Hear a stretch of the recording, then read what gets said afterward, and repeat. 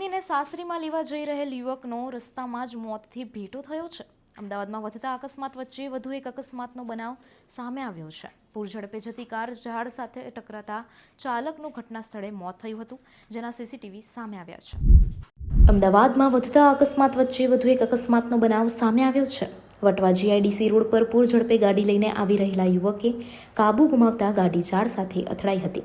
ગાડીની ટક્કર એટલી જોરદાર હતી કે કાર ચાલક યુવકનું સ્થળ પર જ મોત નીપજ્યું હતું। ગાંધીનગરના વાવોલમાં રહેતો આકાશ ગોસ્વામી નામનો યુવક ચાંગોદરમાં આવી રહેલી એક ખાનગી કંપનીમાં નોકરી કરે છે।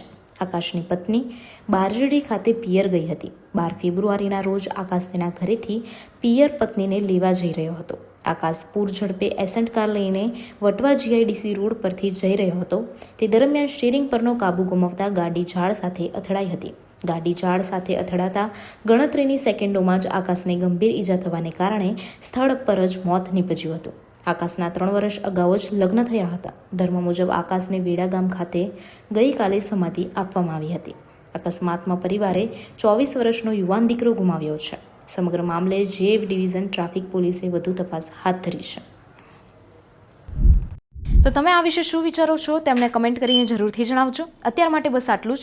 સમાચારની વધુ માહિતી માટે તમે અમારી વેબસાઇટ www.gujaratplus.in પર પણ મેળવી શકો છો। ધન્યવાદ।